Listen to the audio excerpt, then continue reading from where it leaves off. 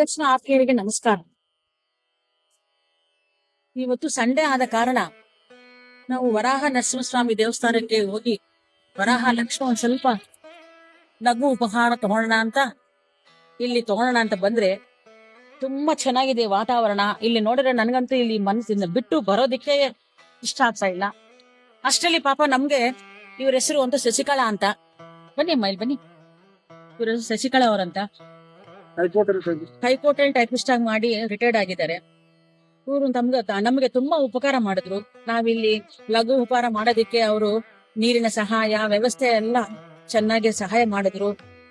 ಅಲ್ಲಿ ಕೂತ್ಕೊಂಡು ತಿನ್ನೋದಿಕ್ಕೆ ಮಾಡೋದಿಕ್ಕೆ ಎಲ್ಲ ತೋಟ. ಆದ್ರೂ ಇಷ್ಟು ಇದ್ರಲ್ಲಿ ಇವರು ನಿಜವಾಗ್ಲೂ ಒಂದು ಮಹಿಳೆ ಎಷ್ಟು ನಡ್ಕೊಂಡ್ ಬರ್ತಾಳೆ ಅಂದ್ರೆ ಅವ್ರದ್ದು ಗ್ರೇಟ್ನೆಸ್ ಅದು. ಈ ತರ ಎಲ್ರಿಗೂ ಬಂದಿರೋರೆಲ್ಲ ಸಹಾಯ ಮಾಡ್ತಾರಂತೆ. ಈ ತರ ನಮ್ಮಂತ ಪ್ರಯಾಣಿಕರಿಗೆಲ್ಲ ಅವರು ಒಳ್ಳೇದ್ ಮಾಡ್ತಾರೆ. ದೇವ್ರ ಅವ್ರಿಗೂ ಒಳ್ಳೇದ್ ಮಾಡಿ ಆ ಲಲಿತಾ ದೇವಿ ಪ್ರಸಾದ ಅವ್ರಿಗೂ ಸಿಗ್ಲಿ. ನಾವು ಇನ್ನು ನೆಕ್ಸ್ಟ್ ವರಾಹ ಸ್ವಾಮಿ ದೇವಸ್ಥಾನಕ್ಕೆ ಹೊರಡ್ತಾ ಇದ್ವಿ. ಅಲ್ಲಿ ಹೋದ್ಮೇಲೆ ತದನಂತರ ಅಲ್ಲಿ ದರ್ಶನ ಮುಗಿಸ್ಕೊಂಡು ನಿಮ್ಗೆ ಅಲ್ಲಿ ವಿಡಿಯೋನ ತೋರಿಸ್ತೀವಿ. ನೀವು ಪರಿಸರನ ಪ್ರೀತಿಸ್ರಿ, ಇದನ್ನ ದಯವಿಟ್ಟು ಹಾಳು ಮಾಡಬೇಡಿ.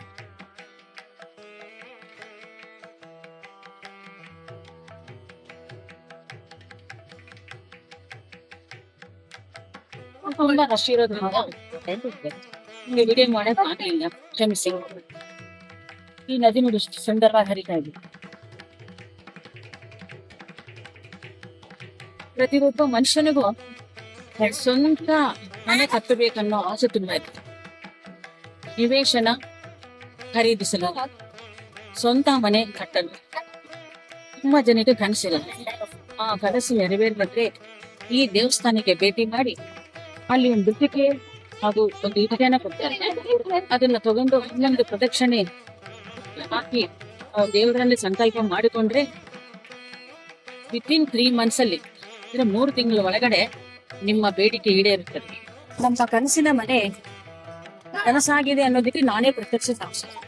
ಯಾಕಂದ್ರೆ ನಾನು ಬಂದು ಒಂದ್ಸಲ ಈ ಇಟ್ಟಿಗೆಯನ್ನು ತಗೊಂಡು ಪೂಜೆ ಮಾಡಿಸಿ ಹೋಗ್ತಾ ಇದ್ದೆ. 3 ತಿಂಗಳಲ್ಲೇ ನಾನು ಅಂದ್ರೆ 2013 ನಾವು ಸ್ವಂತ ಮನೆ ಖರೀದಿಸಿದ್ವಿ. ತುಂಬಾ ಆನಂದವಾಗಿ ಸಂತೋಷವಾಗಿದ್ದೀವಿ. ಅದಕ್ಕೆ ಪ್ರತಿ ವರ್ಷನೂ ನಾವು ಇಲ್ಲಿ ಬಂದು ದೇವರನ್ನ ದರ್ಶನ ಮಾಡ್ತಾನೆ ಇರ್ತೀವಿ.